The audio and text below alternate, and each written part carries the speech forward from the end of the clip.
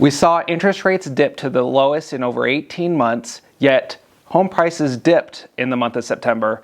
I'm Garrett Stewart, and let's take a look what happened in Northern Nevada, Reno-Sparks for the month of September. Let's take a look.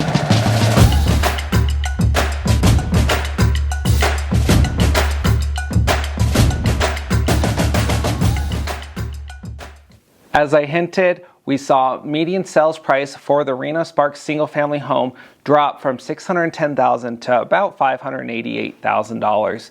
So we did see that quite dip. Now, still note, year over year, we still are up nearly 4% in median sales price. So, which is about where we want to go. Around 3 to 4% is about a healthy average for a median sales price increase over year. Taking a look at days to contract, this is one of the most telling ways of how a market's performing in this current condition. And so you can see that we are continuing to trend upward on days to contract. We have seen inventory increase a little bit, and we'll get to that shortly, but overall, homes are taking longer to sell. And that's one thing that we want to make sure we have conversations with all of our clients that we're working with, that it might be a little bit longer to get that home sold than maybe back, whether it was this spring or even just a couple of years ago. So one thing to take note, yes, it might take a little bit longer, but you can still see last year we were at 40 was the peak in December. So we'll see if this trend continues all the way through winter or not. I have a couple thoughts on that. Now this was interesting because when you break it down to all the different price points out there, you can see which ones went down, which ones went up, and which about stayed the same. So surprisingly, the $300,000 to $400,000 price point actually went up. So it went from 10 days to contract to 19 days to contract. So when we see that number and the 400 to 500, those were the big ones. So it was the lower priced homes that had the biggest impact on those days to contract. And because there's a large chunk of those homes being sold, that's probably what drove that change the most. Compared to some of them actually went down, like the 600 to 750,000 went down from 26 days to 23 days. So very interesting that the lower price points had the biggest change negatively. So we'll keep an eye on that though. Let's take a look at the new, sold, and our current inventory for listings here in the area, and compared to over the last few months we've seen. Like I said, inventory has been climbing. Now we've been just short of about right around 1,000 for the last few months, essentially since July. And because of that, inventories remain mostly flat with just a little inching, but we still see increases in our new and sold inventory going upward. So we saw that the solds went from 379,000 to 379 homes sold to 404 homes sold. Slight decrease actually on new listings from 500 to 492, so 8 homes less this month. Taking a look at that inventory, like I said, just going all the way back the last 13 months, you can see we have been increasing steadily since spring. Typical pattern we see there, and we usually peak around this time of year as homes that hadn't sold or people's last ditch effort to get their home on the market before the holidays. So we'll probably see this start to go downward. As you see last year, this is when it started to go down. If you go by price range, what's available in the price range maybe you're looking for, maybe you are a buyer out there and you can see what's going out there, what's getting taken off the market or increasing, and you can see, look at that, 1 million to 1.5 million actually went up 21 additional homes on the market, or the 300 to 400,000 went up 10 extra homes. So versus the 400 to 500 went down actually 16 homes. So definitely different cases for all the different price ranges, which is why we like to break this down. So if you are a buyer watching this video, definitely get in touch and we'd love to meet with you and see if maybe what might be available for you, and maybe that might give you a competitive advantage having this information for you. And if you are liking this video so far, be sure to hit that like button below, and if you haven't, hit that subscribe button as well. It really helps us keep these videos coming for you. Monthly inventory for sale. So what this is going to be, our months of inventory for sale is going to tell you, is it a buyer's market, seller's market? The higher it goes up, closer to a buyer's market. The lower it goes down, closer to a seller's market. So it did dip down a little bit. So whatever did go pending was faster than what was coming on the market in the inventory. So that's how we balance that out. And so went from 2.6 to 2.4. So it did a slight little dip on that. Now we are 3/4 of the way through the year now. Wow. And with that, I wanted to see how we were looking to so far this year to date. So if we're comparing January 1 through September 30th of this year and compare that to the last couple of years, or the last 10 years, where do we fall? And you can actually see that new listings, we are up from 3,992 new listings to 4,332. So we did see more listings come on the market compared to the previous year. So, but if you go back basically, if you just exclude these last 2 years, you can see where we should be in a more healthier market for new listings. Very interesting. Now this one's even more interesting, and you look at the closed sales year to date. So again, same concept, January 1 through September 30th. And you can see, look at those closed sales there. The same, literally to the same exact number of houses. So very interesting there. We are still flat compared to last year. It's looking like things are coming back around.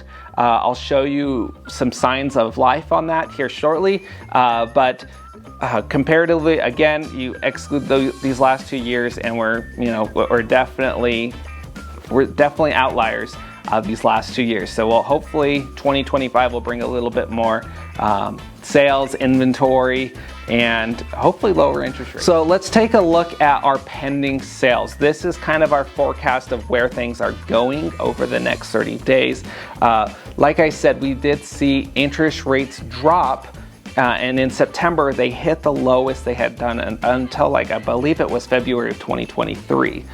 So it's been quite some time since we saw interest rates hit that low. We saw the Feds lower the interest rate a 0.5 basis point. And so with that, what did the market do? And we did see things start to pick up, and I'll show you the weekly difference there, because while I was surprised that the month over month was lower, we'll look at it on a weekly basis and see that the second half of the month where it went. Because I think a lot of people the first half of the month were holding their breath, waiting to see what the Feds did with cutting rates. And once they did, we did see a change there. So let's take a look. So look, you see that dip. So obviously the far right here, that was the beginning of October, that peak. So we did the end of October 5th, that last 7 days. So each pinpoint on here is going to be 1 week of data. And you can see that 1 week was the highest number of pending sales we've had in the last 12 months. So that's very telling of where our market is currently. Now, if you go back just a few weeks, so that very bottom point, that was about the beginning to mid-September, right before the Feds cut the rates. And as soon as the Feds cut the rate, that's exactly when you saw things start to spike up. So obviously interest rates do affect the market. And with that, if the Feds continue to cut rates and the rates continue to go down, this just shows that we're likely going to see a pattern of more people and buyers entering the market to purchase a home. Now, let's look back at this last month of September again, back at pending sales, what pending sales have done month over month. And you can see some of these different ones here. Again, another weird one. The $300,000 to $400,000 price point did see a decent drop in pending sales there, and comparatively, not a lot of changes for the others. That was the biggest shift in some of them. The $600,000 to $750,000 actually went up 4 homes, so nothing crazy. Most of these are, less than five homes change. Just that one was the biggest change in there, so very interesting on there. Let's get hyper local, taking a look at Reno, and you can see median sales price is down over 3%. Year over year still up, so that's good. Active inventory at 714 homes out there. We did see new listings drop. Median days to contract, look at that, double digits median days to contract growth on there. So we're going to see if this continues to grow essentially as a number. Hopefully not. We don't want to see it jump too high. That does kind of show a slowing market. Now, a lot of it is seasonality. So we'll see if these lower interest rates maybe keep the market going a little bit stronger this fall and winter time. Time will tell on that. There are talks that the feds will cut the rates again later this year. That may help. Obviously, election plays another big role in it too, which our next video will be likely after the election. So it'll be very interesting to see what happens there. But closed sales up 279 sales for Reno. Look at Sparks, down again, 555,000 median sales price there. Inventory is down, new listings are up, and days to contract up as well. Carson City drop there is for sales price as well, about $535,000, so just short of Sparks a little bit. So always interesting to see those two kind of almost chase each other. Inventory did drop and new listings dropped there as well. One thing to point out too on Carson City year over year, it is down. So we'll see, but Carson City is a weird one with some bigger fluctuating numbers you may have noticed over the months of watching me. So, next month it may be completely different and actually might be up. So we'll see. Taking a look at Fernley, look at that. Edging right there at the $400,000 price point for Fernley.